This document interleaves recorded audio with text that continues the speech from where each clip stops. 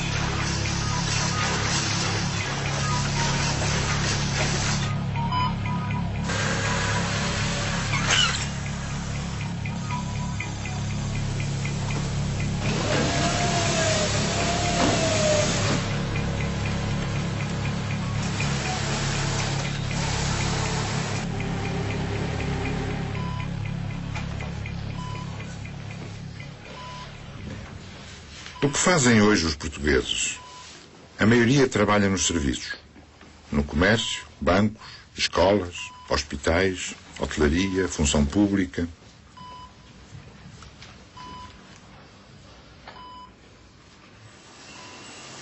Apenas um terço trabalha na indústria. E muito poucos na agricultura, nas pescas e nas minas. Não era assim nos anos 50. Era ao contrário.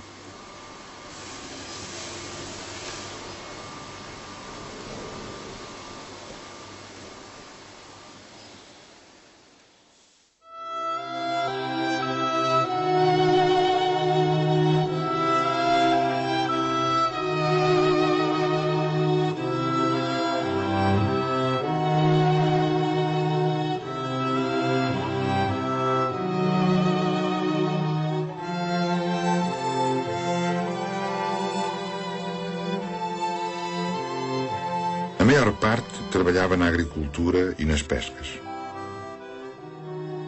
Já muitos trabalhavam na indústria, mas esta era pouco importante.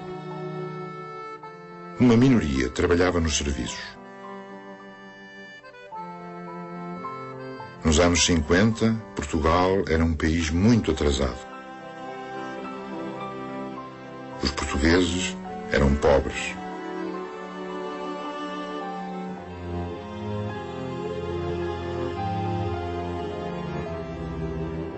Nós fomos criados todos com duas casinhas. Era uma casinha, por exemplo, tamanho desta, que era a cozinha, e depois era um corredorzinho e um quarto. E então, os meus irmãos, dos meus irmãos mais velhos, o meu irmão Chico ainda é solteiro, tem 75 anos, é da idade do meu marido, o outro tem 80 e tais. Se fosse vivo, já faleceu. Dormia lá num casal que havia cheio de palha lá em cima dos fardos, com umas mantas, e pronto, era aí que eles dormiam. Nós dormíamos, tínhamos uma cama pequenita, dormíamos umas 3 à cabeceira e 2 aos pés. E as outras dormíamos aos pés da cama da minha mãe e do meu pai.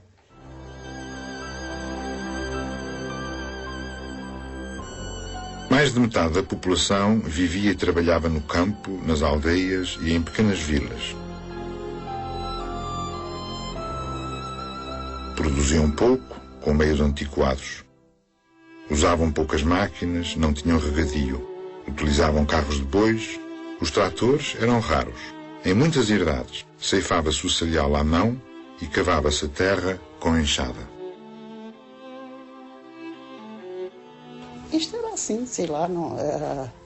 Isto era todos os dias, era tudo. Chegava-se à ceifa, era ceifar, era de não sei de sol ao pôr, chegava só no cheio de sol, ia-se almoçar por essas 10 horas, coisa assim. Tinha-se uma hora de almoço, depois ao jantar é que se tinha 2 horas, e depois a merenda, que se chamava-se a merenda, tinha-se meia hora, para se comer um bocadinho de pão com queijo, um bocadinho de pão com azeitonas. E era até o sol se pôr e bem posto. É assim a vida. Nos anos 50 e 60, a população continuava a aumentar, mas a agricultura, atrasada, estava exausta. A pobreza tornou-se insuportável. Muitas famílias foram forçadas a mudar de vida.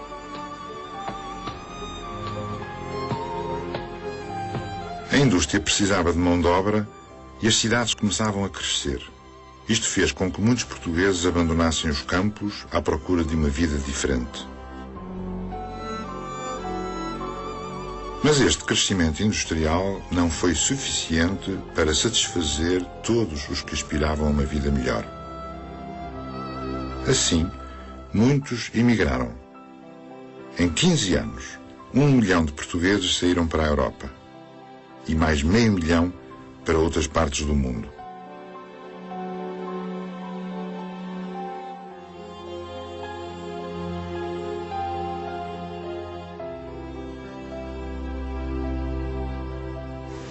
Os que ficaram produziam pouco, metade do que se produzia lá fora, e ganhavam mal.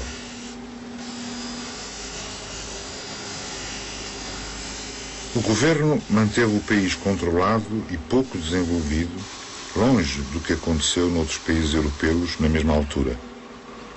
Confiava pouco nos empresários portugueses e receava os excessos do investimento estrangeiro. Mas a mudança espreitava. Na Europa viviam-se novos tempos. Apesar da lentidão, aqui o país ia-se desenvolvendo. Foram postos em prática planos de eletrificação, de construção de estradas e de outras infraestruturas que deram um estímulo às indústrias.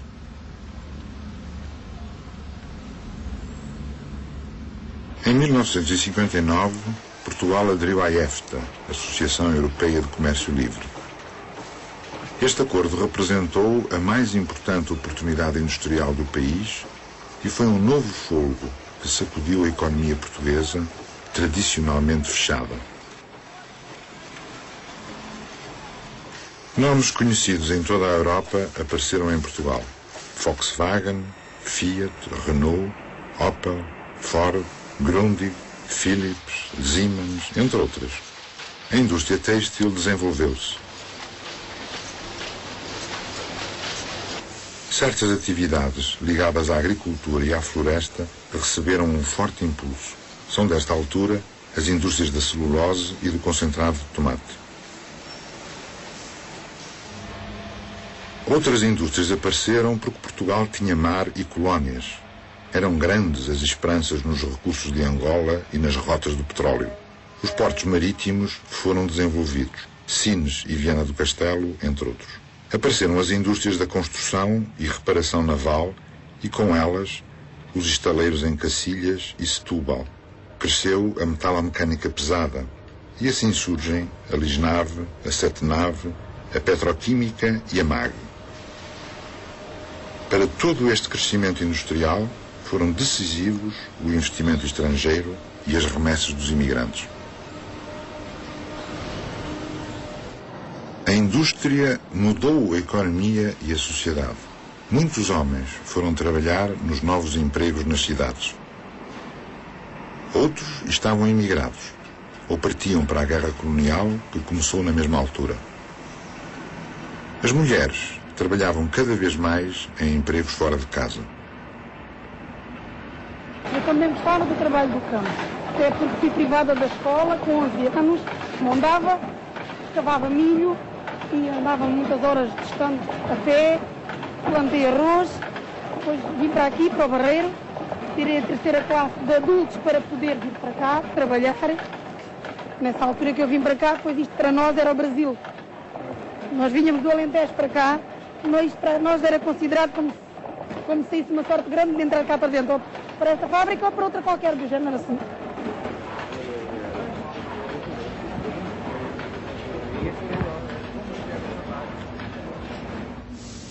Começaram a produzir-se eletrodomésticos e automóveis.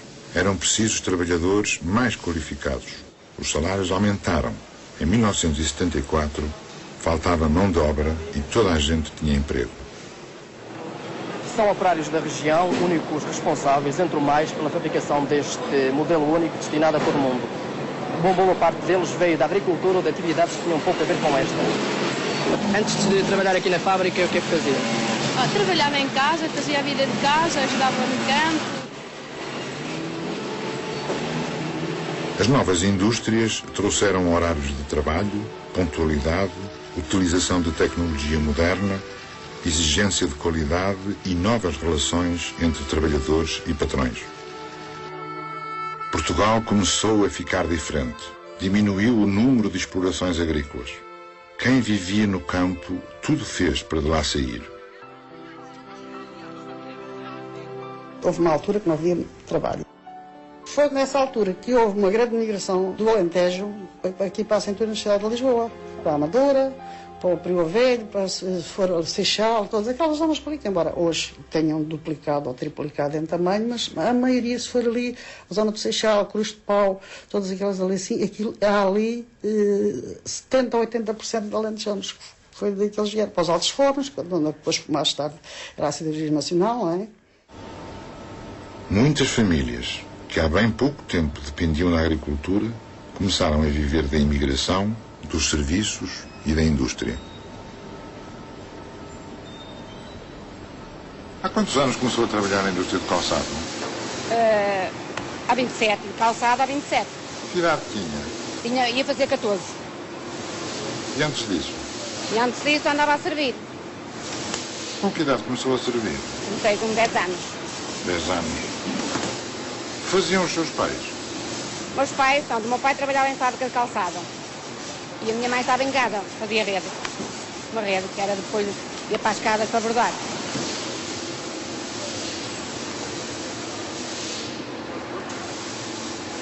E andou na escola? Andei até a 4ª classe. Só comecei a servir nos 10 anos, quando tinha 10 anos, na 4ª classe. Depois fiz a 4ª classe e continuei a mesma a servir. Depois ia fazer 14 anos e fui para a fábrica de calçado.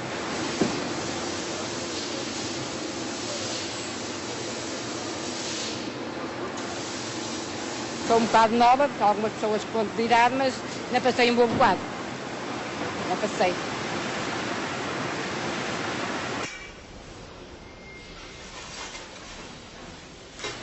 O seu mano que idade tem? Vou fazer 60, dia 9 de março. Nasci no Inhão Felgueiras. E andou na escola? Fiz a 4ª classe, andei até aos 13 anos. Durante o tempo que andava na escola, também trabalhava? Trabalhava, ajudava. Em quê? Moleiro, ajudava o meu pai, a picar munhos, a levar moais, a cegar peões, a ir ao peões para o gado. Tudo isso. Tudo que aparecesse na vida. E depois, quando saiu da escola, onde é que foi trabalhar? Fui trabalhar de cesteiro. Durante quantos anos? Andei até ir para a tropa.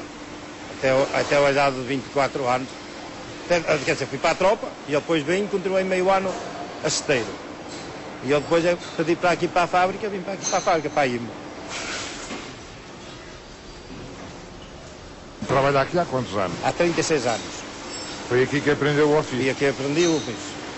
É casado? Sou casada. Quantos filhos tem? 4. O que é que eles fazem? São sapateiros. Já todos no 9º ano. O mais novo trabalha no Banco PPN. Este tem o 12º ano e continua a estudar no Porto. Ao contrário de todos os países ocidentais, em Portugal, a população a trabalhar na indústria nunca foi predominante. Apesar da importância de setores como a têxtil e a metalomecânica, a maioria está nos serviços, no Estado, no comércio, na construção civil, na banca, nos correios, na saúde, na educação e no turismo.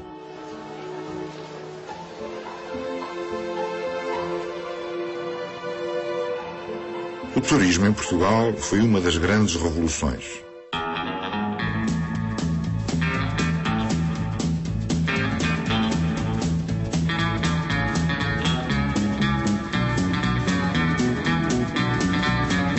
Nos anos 60, os estrangeiros do norte da Europa descobriram Portugal, o sol, o mar e as praias.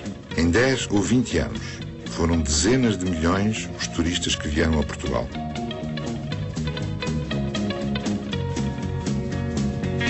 Para eles, Fizeram-se hotéis e restaurantes, aldeias e urbanizações. O Algarve turístico começou então. Milhares de agricultores deixaram o campo para se dedicar ao turismo.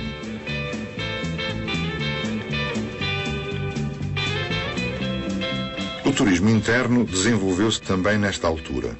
Os poucos portugueses que faziam férias fora de casa começaram a procurar as praias do sul. Em poucos anos, o Algarve transformou-se num destino do turismo de massas.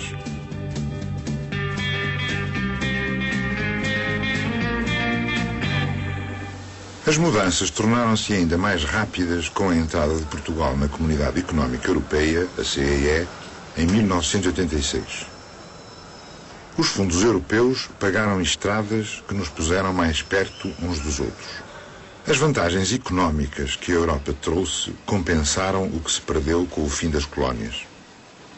Criaram-se oportunidades e, por isso, novas empresas.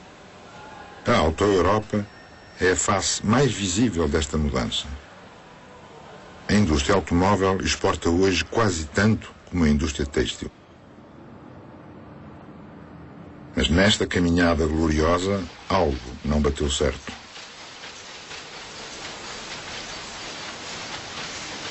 Muitas empresas ficaram para trás. Continuaram a pagar baixos salários.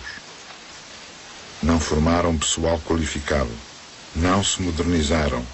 Não conseguiram competir com os países que produzem melhor e mais barato. Não conquistaram novos mercados no estrangeiro.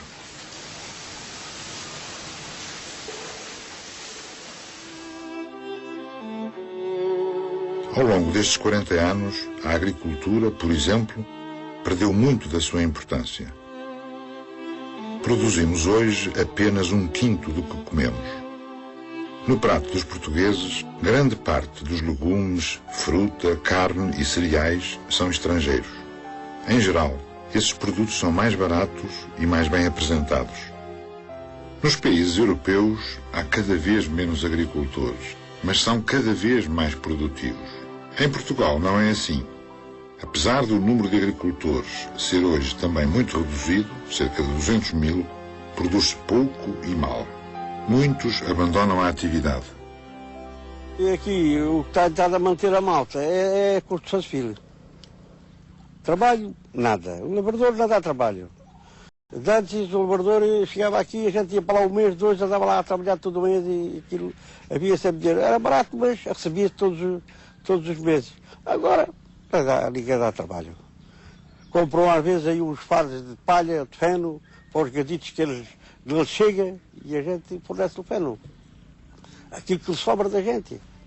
E a semente está de uma maneira tal e que nem sabemos onde é que a vimos de levarem.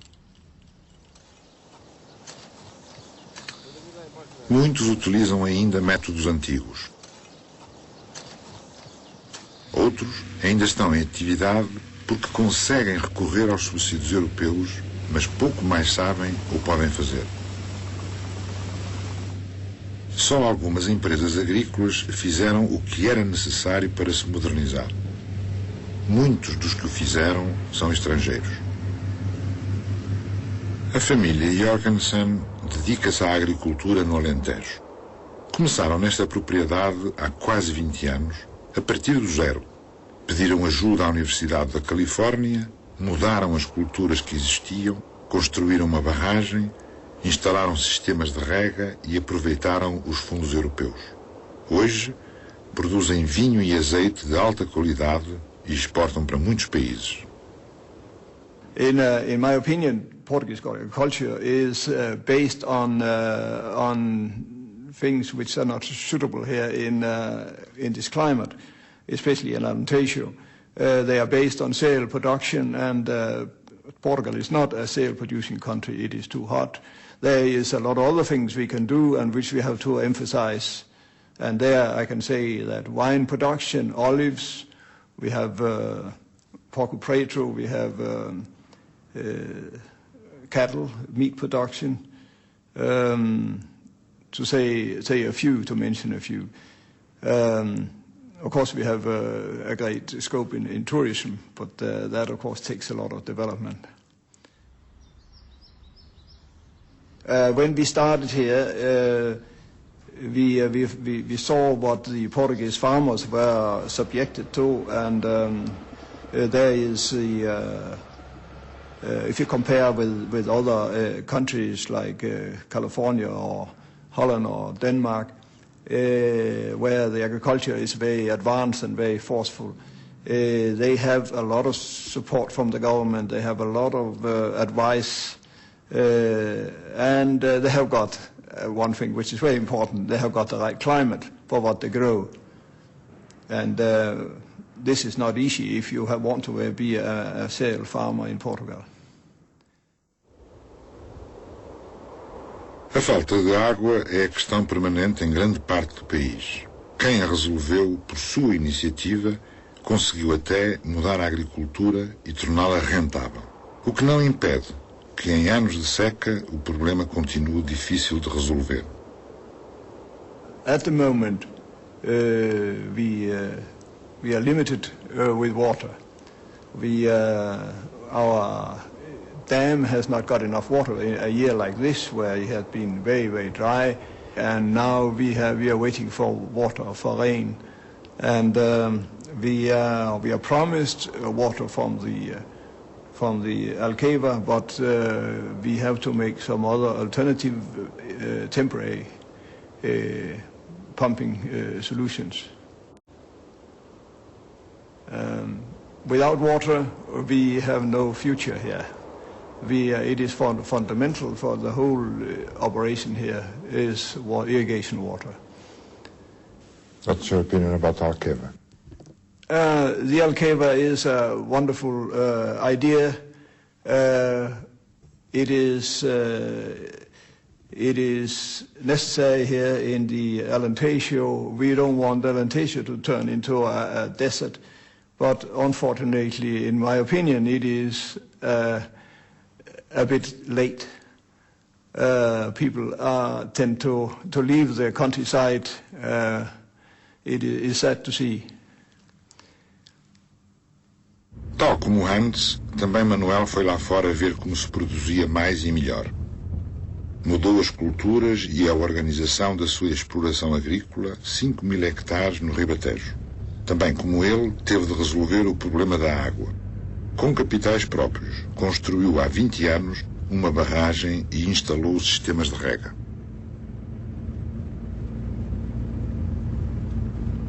A atividade agrícola é uma atividade com elevadíssimo risco.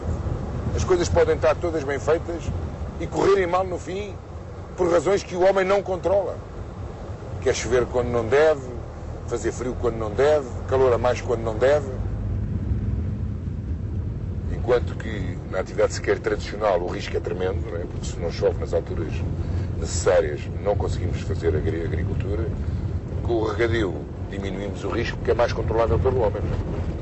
Eu tendo água posso fazer o que eu quiser. Não é? Sem água estou dependente das alterações climáticas. Um dos problemas sérios que Portugal tem é que, sendo nós o maior produtor de cortiça do mundo, não temos o Instituto do Sobreiro. Não é? Morrem sobreiros e nós não sabemos se morrem por falta de água, por excesso de água, se por deficiente nutrição. Não é? Uma das coisas que nós estamos aqui a fazer é, com o laboratório americano com quem trabalhamos, a fazer a monitorização dos nossos solos e tentar perceber a que é que o sobreiro responde, nomeadamente uma das decisões que já tomámos e que foi muito implementada foi a aplicação de cálcio. Não é? Foi muito importante os nossos contactos internacionais para podermos progredir na área da produção agrícola. Não teria sido possível diversificarmos na área agrícola como fizemos e investir na área agrícola como fizemos se não fossem os programas de apoio ao investimento que resultam de facto de sermos membros da União Europeia. Não teria sido possível investir ao ritmo a que estamos a investir se não fosse isso.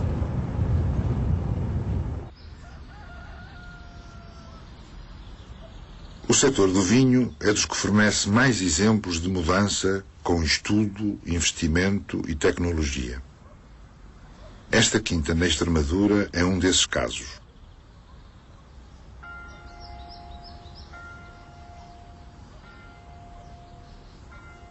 Em 89, 90, decidi estudar com alguma profundidade a realidade da Quinta do Monte Douro como potencial produtor de grandes vinhos. E daí que tivesse primeiramente estudado o solo, analisado, estudasse o clima dos últimos 50 anos, relacionasse tudo isto e percebesse qual era, onde é que eu podia buscar uma casta, uma videira que potenciasse aqui neste terreno tudo o que ele tem de extraordinário para produzir um vinho de grande classe. Fiz uma plantação de 2,5 hectares e essa plantação foi feita em 1992, durante o ano de 1992, e seria normal que no ano 93 eu tivesse a produção do meu primeiro vinho. Mas não foi isso que aconteceu. O conselho que me tinha sido dado era esperar 5 anos e durante esses 5 anos deitar os cachos para o chão. Eu, quando isto aconteceu, pensei, bom, isto é um investimento adicional, enfim, vamos ter que esperar. Mas, por exemplo, nos Estados Unidos é assim, os bancos só financiam quem faz isto para fazer vinha. E pensei que os problemas terminariam aí, mas não, curiosamente, houve outros problemas, porque ao ver os cachos serem sistematicamente deitados para o chão, sem ser aproveitados, aconteceu que o padre da paróquia achou que eu estava sistematicamente a deitar fora aquilo que Deus me dava e não ficou satisfeito com a ideia. E transmitiu isso aos paroquianos e as pessoas pensaram que tudo o que se estava a fazer aqui era qualquer coisa que não tinha razão de ser, que ia contra tudo o que era normal. E devo dizer que não só as pessoas da região, como há alguns técnicos com quem eu falei, conhecedores e grandes técnicos, diziam que isto era um bocadinho uma chinesice. Para que é que estamos a fazer estas coisas? Não vale a pena, porque no fundo isso vai dar tudo o mesmo. E de facto, não há nada que se consiga para atingir um grande objetivo. Não se pode deixar de ser rigoroso neste pormenor ou naquele. Todos eles são importantes.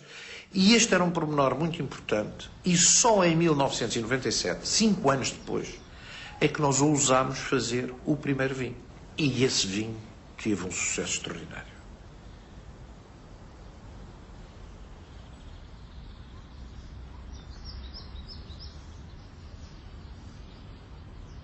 Nós temos hoje uma produção de vinho média e boa, incomparavelmente melhor à que tínhamos no passado. Mas os outros também têm.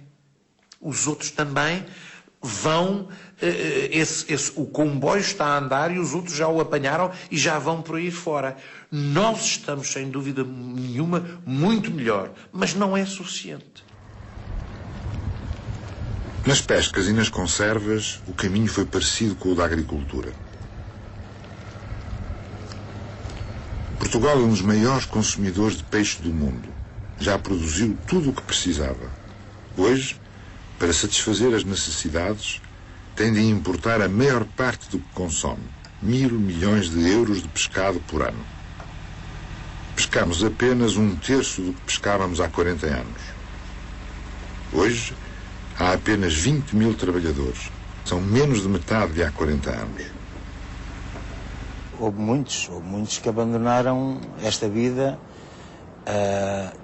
tanto que nós aqui na Gafanha havia dezenas e dezenas de homens que andavam ao mar.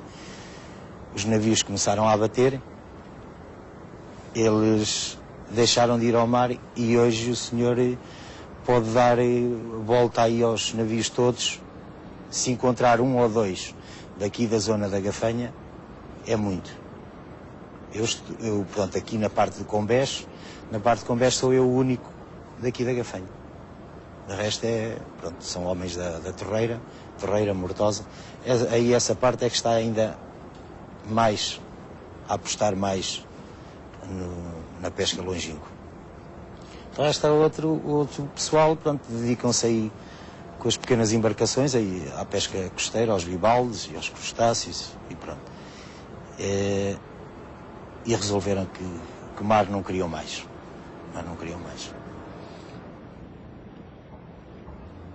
Há cotas não utilizadas no Atlântico Norte que não são capturadas e com isso criamos uma situação de prejuízo grave para para a pesca nacional, visto que essas cotas ao fim do ano perdemos-las e inclusivamente criamos dificuldades na negociação para os anos seguintes. Essa situação deve-se ao facto de nós termos uma frota no Atlântico Norte, portanto, os chamados navios de pesca longínqua, os navios fábrica, que foi quase toda construída antes de 25 de Abril e, portanto, é uma frota que está relativamente obsoleta e que já não tem condições de capturar algumas cotas que nos são atribuídas.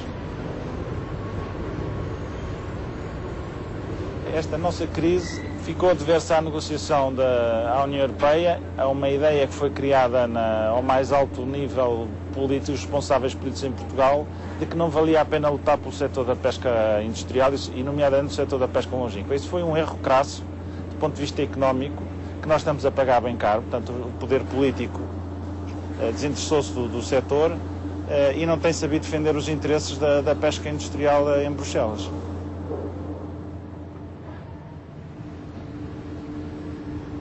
Apesar da crise, tal como na agricultura, este armador foi um dos poucos que investiu e modernizou a sua frota.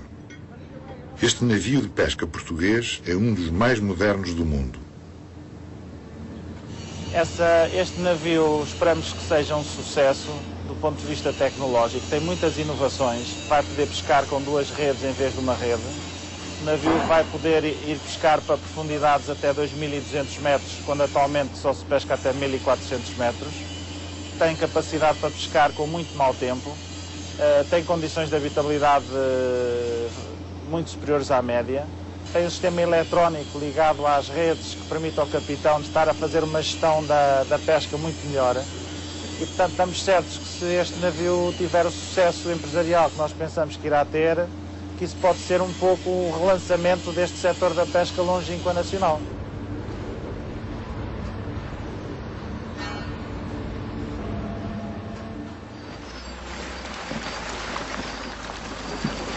Também o turismo não se desenvolveu da melhor forma. Cresceu rapidamente e sem ordenamento. Parecia fácil. Ia dar muito dinheiro em pouco tempo. Em 1964, era assim que se pensava. Em nosso modo de ver, e apesar de tudo o que já está feito, ou em vias de se realizar, pensamos que talvez fosse preferível caminharmos mais rapidamente, embora correndo o risco de cometermos alguns erros, a aguardar, quantas vezes necessariamente, obras isentas de defeitos, mas por isso mesmo forçosamente demoradas. O domínio público marítimo foi invadido. Dunas foram estragadas e falésias destruídas. Muitas urbanizações foram construídas sem passeios, sem estacionamento, sem espaços verdes. A especulação de terrenos foi muita. Mas, no final dos anos 70, continuava a negar-se esta destruição. Nós pensamos que no Algarve temos francas demonstrações de que o Algarve, no aspecto turístico, ainda não destruiu o meio natural, não destruiu as costas, não destruiu as belas paisagens e que a implantação das unidades hoteleiras, a implantação dos aldeamentos tem sido feito com um certo critério, precisamente para que o nosso ambiente não seja realmente um maciço de granito ou um maciço de cimento, como acontece noutras regiões turísticas espalhadas pelo mundo. Em 2004, a revista National Geographic Traveler classificou o Algarve em número 106, uma das mais baixas posições numa lista de 115 destinos mundiais. E são expressamente referidos o desenvolvimento descontrolado da costa e a destruição do ambiente natural. Estou a trabalhar como arquiteto no Algarve desde 1955 e tenho acompanhado, de facto, tudo o que tem acontecido até hoje. As câmaras o que pretendiam era construir, porque construir era desenvolver e não se apercebiam que era apenas crescer.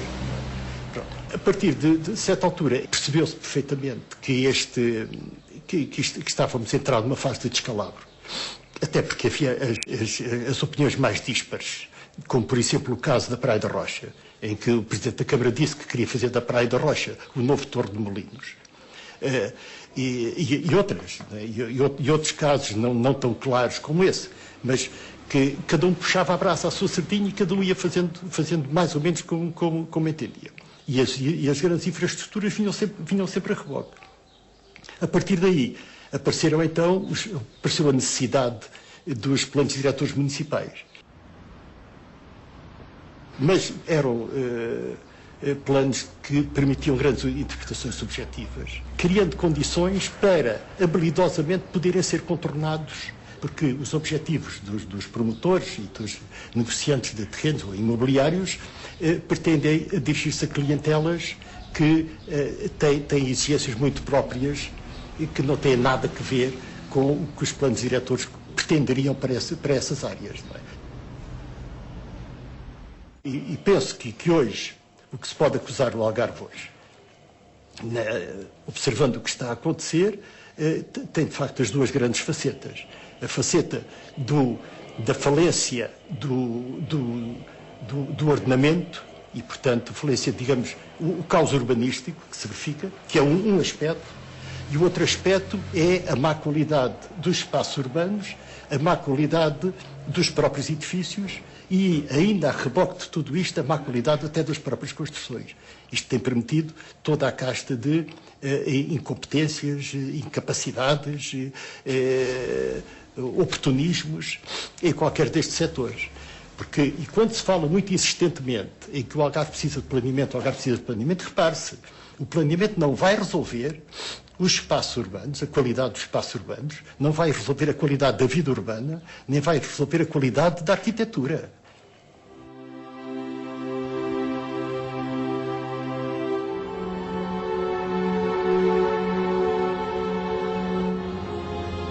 Também a indústria parece não ter cumprido as suas promessas.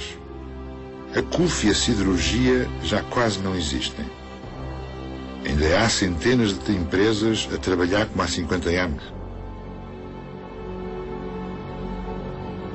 Grande parte das indústrias que se desenvolveram com a EFTA e que eram protegidas pelo Estado fecharam as portas. Novas indústrias, apenas com 20 anos, já chegaram ao fim. Grande parte da têxtil, do concentrado de tomate, do calçado e da metalomecânica não conseguiu fazer frente à concorrência externa.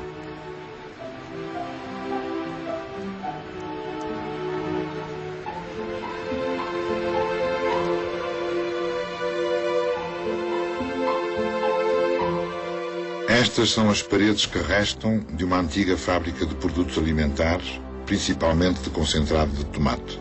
São as ruínas de uma grande instalação fabril que funcionou apenas durante 20 anos. Trabalhavam aqui centenas de mulheres para quem este foi o primeiro emprego fora do campo. Na época das colheitas, as filas de caminhonetas e tratores não paravam. A fábrica mudou tudo, costumes e pessoas.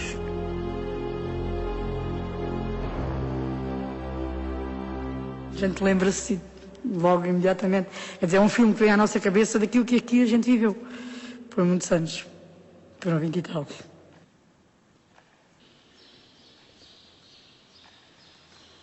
Era aqui que eu trabalhava. Isto era uma doseadora enchedora com cravadeira. As latas vinham cheias do enchimento, vinham pelo tapetes. Aqui era o depósito da enchedora. Passava para a cravadeira, que era só pôr as tampas, cravar e seguir para o autoclave. Era esta aqui a minha missão.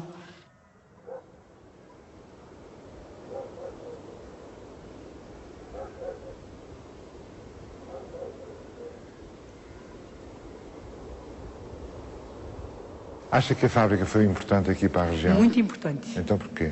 Em todos os níveis. A nível financeiro, porque as pessoas só trabalhavam do campo e estavam aquelas fases de tempo paradas, não tinham mais trabalho.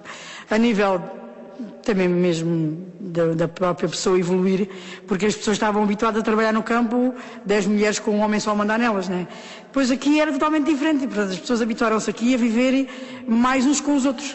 Portanto éramos raparigas, vinhamos para aqui com os rapazes da nossa idade, que vivemos e aprendemos a respeitar uns aos outros e a estarmos aqui com respeito, porque felizmente passei por aqui com respeito, entre todos os colegas. Foi muito importante, porque de todas as histórias, porque nós estávamos numa aldeia pequena e entrar é trabalhar com homens, havia sempre, e nós aqui conseguimos, portanto, tanto eu como as raparigas que viemos na minha altura, nunca tivemos aqui problemas. Saímos para a nossa casa, como naquela altura se dizia, sem problemas. A vida aqui na fábrica era diferente da vida no campo? Era diferente, nós trabalhávamos dentro de casa, não é? Estava a chover, estava sol, a gente não precisava de perder um dia de trabalho porque estava a chover, não é? Nós trabalhávamos aqui o ano inteirinho. Tínhamos as nossas férias e a partir daí, na altura já efetivos, porque antes, pronto, vinhamos à campanha, estávamos os 3 meses e íamos embora. Eu fiz muita coisa, fui para o campo, fiz tapetes de arrelos e fiz muita coisa nessa altura. Tem saudades do tempo que trabalhava aqui? Tenho, muita. Então porquê? Sei lá, vi aqui a minha vida, não é? Eu comecei a vir para aqui com 11 anos, como disse, aqui namorei, aqui às escondidinhas aqui no armazém, aqui casei, tive as minhas filhas e aqui fiz a minha vida. Trabalhar com os ordenados certos, quando podemos contar com eles, sem despesas de transporte, vinhamos a pé e íamos e a vida era totalmente diferente. E agora é complicado. E mais vi lá assim, que é triste.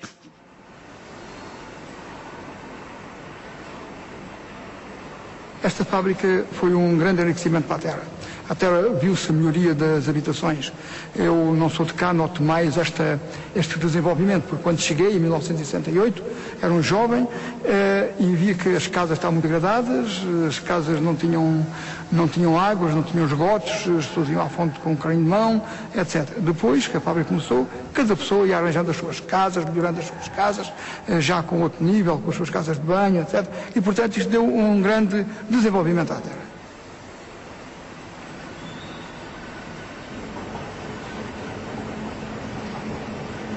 Esta fábrica mudou o comportamento das pessoas e a sua maneira de estar na nossa região, porque passaram de trabalhadores agrícolas para trabalhadores da indústria, para trabalhadores fabris. E nessa altura o vencimento nada tinha a ver uma coisa com outra, porque na altura que a fábrica de Divor começou, o ordenado mais significativo na agricultura era um máximo de 600 escudos por mês. E eles vieram ganhar 1.200 escudos para o Divor. Os meses ordenados, como no Divor, para o pessoal agrícola, para o pessoal que vinha do campo e ia trabalhar para a indústria, era de 1.200 escudos. E, portanto, só isso deu-lhes um grande nível de vida, um nível de vida extraordinário. Via-se as pessoas com outra alegria de viver, com outra maneira de ser. Esta fábrica deu uma alma à igrejinha extraordinariamente grande, alma que a igrejinha hoje não tem e que parou no tempo.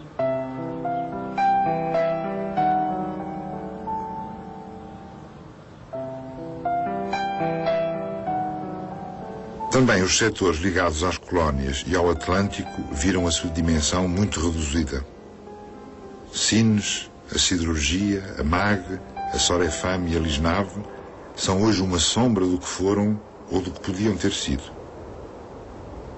Neste estaleiro chegaram a trabalhar 10.000 operários. Aqui foram reparados os maiores navios do mundo.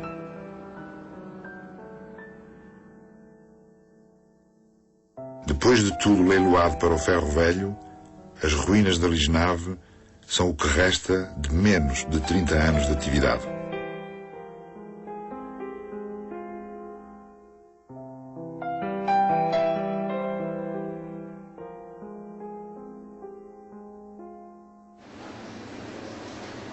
Tanto ou mais do que a Europa, a globalização veio pôr em evidência a fragilidade da economia portuguesa. O mercado interno é pequeno, a produtividade é baixa, em média, metade da dos países europeus. A mão de obra é pouco qualificada. A maioria dos trabalhadores não tem o 9º ano. As universidades estão desligadas das empresas. Os empresários são pouco evoluídos. À semelhança dos trabalhadores, a maior parte dos empresários não tem o 9º ano. Os patrões têm ainda menos estudos superiores do que os trabalhadores. Muitas vezes, o Estado não cumpre a sua função de apoiar iniciativas e levantar obstáculos. Eu costumo dizer que a indústria portuguesa tem apenas 60 anos para acentuar o facto de que nós não podemos esperar, apesar de tudo, que de uma maneira ampla a indústria portuguesa se comporte como uma indústria alemã ou uma indústria inglesa que tem 150 anos em muitos setores. Na mecânica fina, na eletrónica, uma cultura do rigor, uma cultura da exatidão, típica da tradição industrial desses países que nós já temos, mas numa certa dimensão, não numa dimensão global ao nível do país. Eu tenderia a dizer que, essencialmente, nós temos poucas coisas que vender no mercado internacional. Há uma ausência de diversidade. Temos uma excessiva concentração em poucos setores e esses setores concorrem frente a frente com países do terceiro mundo. Ou, pelo menos, países em vias de desenvolvimento. A China, consideremos a China ainda, são países em vias de desenvolvimento. Não são do terceiro mundo, mas são de vias de desenvolvimento. Hoje diz-se muito, o modelo económico português está desatualizado. É facto, mas não está desatualizado hoje. Já estava desatualizado há 10, 15, 20 anos. O modelo económico, digamos, a melhor parte do modelo económico português foi herdado do período da EFTA. O período da EFTA era o aproveitamento de mão de obra mais barata em Portugal do que nos outros países europeus. Foram empresas que vieram da Escandinávia, vieram da Alemanha, vieram de outros países, de setores intensivos em mão de obra, que vieram para Portugal porque a mão de obra era mais barata. Foi isso que deu origem a um grande setor do calçado, da confecção, da cerâmica, etc. Digamos, isso resultou nos anos 60 e 70, mas é evidente que nos anos 80, 90 é um modelo completamente desatualizado.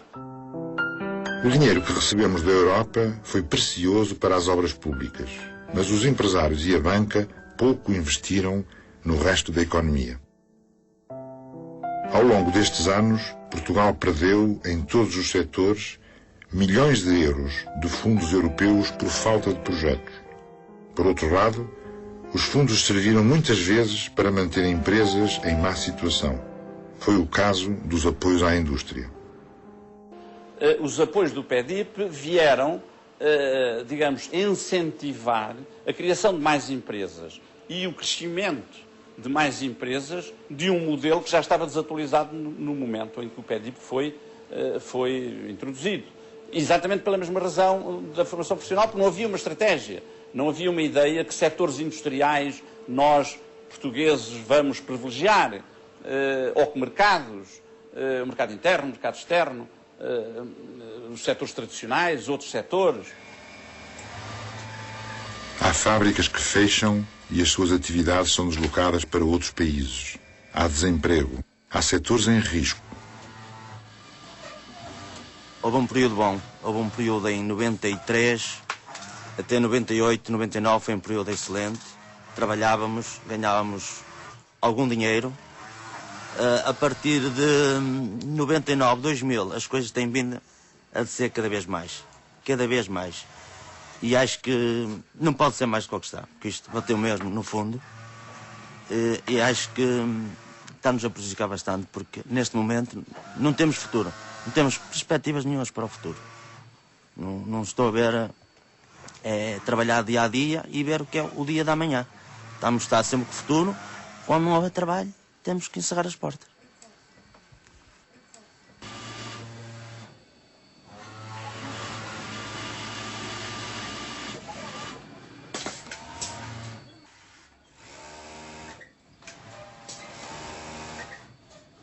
Eu pago o salário de lei, todo dentro da lei, não tem ninguém a trabalhar. Aliás, o Ministério do Trabalho vem aqui 3, 4 vezes durante o ano, também não sei fazer o quê, porque eu estou legal. Já lhe tenho dito a eles, porque é que vocês não vão para o Mindelo, para as lojas chinesas, ver se eles têm horário de trabalho, se não têm, andam sempre em cima das pessoas que trabalham, que pagam os impostos, que andam sempre direitos. Vão para cima de quem? E eles, o nosso dever é vir aqui, nós temos que vir, ok, olha. Faz favor de entrar, perguntem os nomes, têm os recibos todos, está tudo dentro da normalidade, graças a Deus, aqui dentro. Tem havido falências, tem havido desemprego todos os dias. Está-se a tornar aqui uma região um bocadinho negra, a nível de têxtil, está mesmo negra. Isto já não é o que era há 10 anos atrás, estamos a 30%. Está mal, está muito mal. E a tendência vai ser para piorar. Se não houver uma pessoa que deite mão nisto, nesta concorrência desleal e nos defender mais um bocadinho, nós vamos acabar todos por ter que fechar as portas.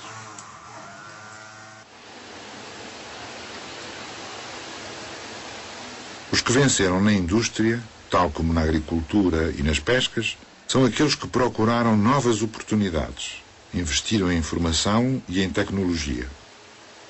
São os que souberam manter nas suas empresas um bom clima social. São os que mudaram. Esta empresa foi fundada em 1984 pelos meus pais. Começaram uma atividade no ramo têxtil sendo feirantes. Portanto, compravam um artigo ou produziam algum artigo próprio em casa ou em casa de outra. Compravam um artigo e iam comercializá-lo para as feiras. Depois começaram com um pequeno negócio nas caves de casa, com 2, 3 pessoas, onde foi crescendo até hoje. Esta empresa têxtil tem hoje 180 empregados, exporta parte da sua produção e criou já uma marca própria. As matérias-primas que adquiro para esta empresa, o fio e máquinas, todos os acessórios, hoje compramos tudo em Espanha, França e Itália. Aqui há uns 10 anos atrás comprava cá em Portugal. Hoje não faço isso porque as empresas hoje quase não existem. As empresas desistiram do negócio, da atividade, porque não se conseguiram aguentar no mercado, se calhar não se modernizaram a tempo e horas. As pessoas não adquiriram máquinas, não aproveitaram incentivos que a própria Comunidade Europeia dava, nomeadamente para Portugal, para investir em novas máquinas, em novas organizações, formação profissional às pessoas. Porque é bastante importante as pessoas terem formação profissional.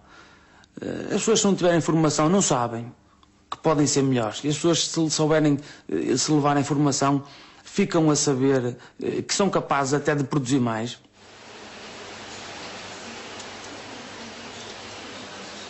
Hoje, os clientes não vêm trazer o trabalho à porta. Quer dizer, o empresário tem que controlar o seu próprio negócio, tem que procurar o seu próprio trabalho para que se consiga diferenciar dos produtos asiáticos e para conseguir mercado.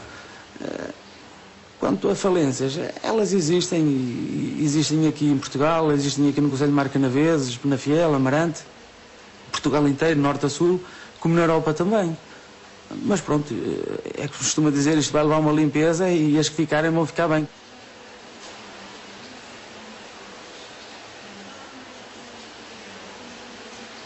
Estas fábricas portuguesas de fiação trabalham ao ralenti, trabalham para sobreviver o dia a dia, mas não passam daí, sabemos todos que quem trabalha assim ao ralenti e que para o dia a dia é sinónimo que a morte está para chegar. Lamentavelmente é isso.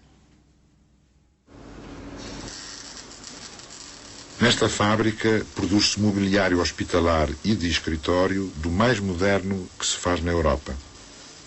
Exporta para vários países, incluindo a China. Quando nós estamos no negócio, temos concorrência sempre de onde menos esperamos. A experiência já me ensinou que normalmente os perigos não vêm do sítio que mais tememos. Porque esses nós estamos de pé atrás, estamos precavidos e criamos as nossas defesas. Não temos defesas contra aquela concorrência que desconhecemos. Para nós, concorrente, são todos são importantes. Quando nós vencemos os negócios, pouca influência tem em nós. Quando os perdemos, tem muito.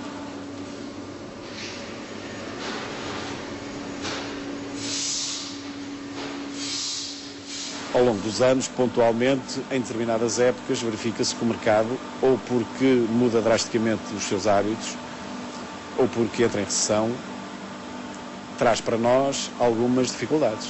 Foi o que aconteceu no ano de 2001, 2002, em que, de facto, nós tivemos, nesses 2 anos, os piores anos dos últimos 30. Isso obrigou-nos a tomar determinadas medidas, adaptamos os nossos produtos para um design evoluído e de vanguarda que se adaptasse muito bem ao mercado português e espanhol.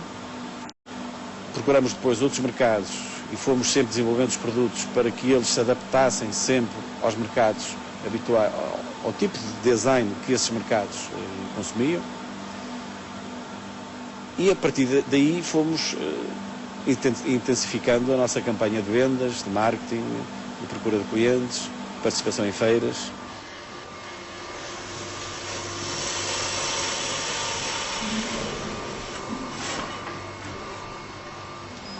Eu sei que o futuro se faz com trabalho. E é preciso trabalho, e depois do trabalho é preciso mais trabalho, e depois ainda mais trabalho. E tudo o resto a nós não nos diz muito respeito. O que é que aquilo que os outros possam fazer influencia o funcionamento desta empresa? Muito pouco. Naturalmente, se as outras empresas estiverem bem, nós também estamos bem. Se as outras empresas estiverem mal, nós não estamos tão bem.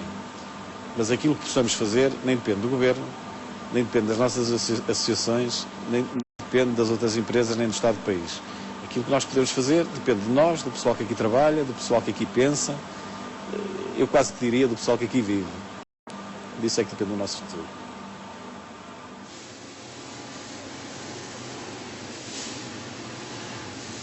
Esta empresa de calçado chegou a ter 450 trabalhadores nos anos 90. Hoje tem apenas 240. Adquiriu novas máquinas, é uma das mais modernas do setor, abriu uma fábrica em Marrocos e exporta quase tudo o que produz. O setor do calçado, tendo em conta que é sazonal, nós temos por hábito de dizer que está sempre em crise. Os iniciais, entre eles, está sempre em crise. É um hábito.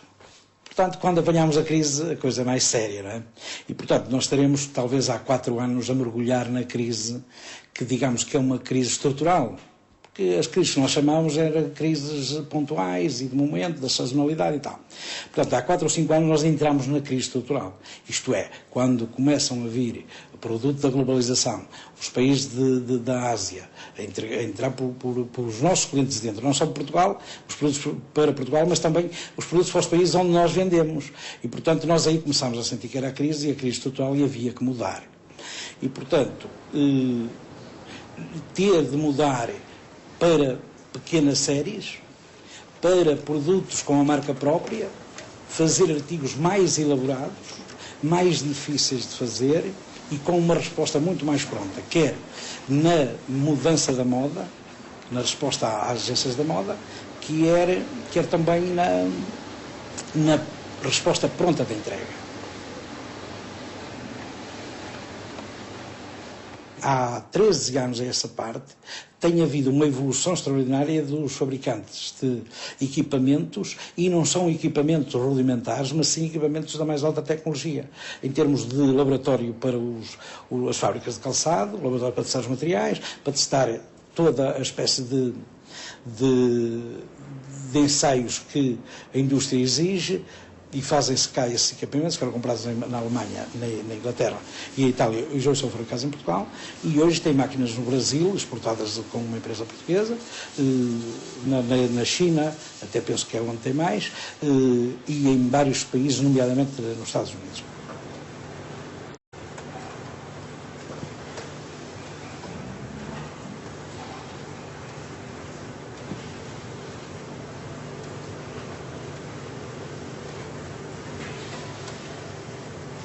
Nós sabíamos que ia acontecer. Estou a reagir 3 anos depois, tarde, 3 ou pelo menos 10, tarde. Eu penso que a indústria está toda a reagir, um pouco tarde.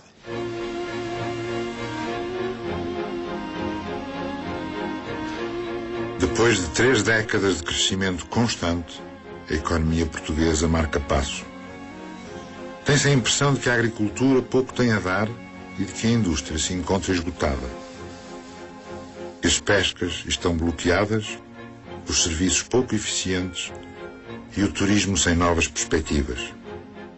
Há exemplos extraordinários de êxito empresarial e económico, mas não se estendem ao conjunto da economia. No início do século XXI, a vocação económica portuguesa está por definir. Com o desemprego e a recessão económica dos últimos anos, os portugueses voltam a emigrar. É difícil ganhar o pão em Portugal.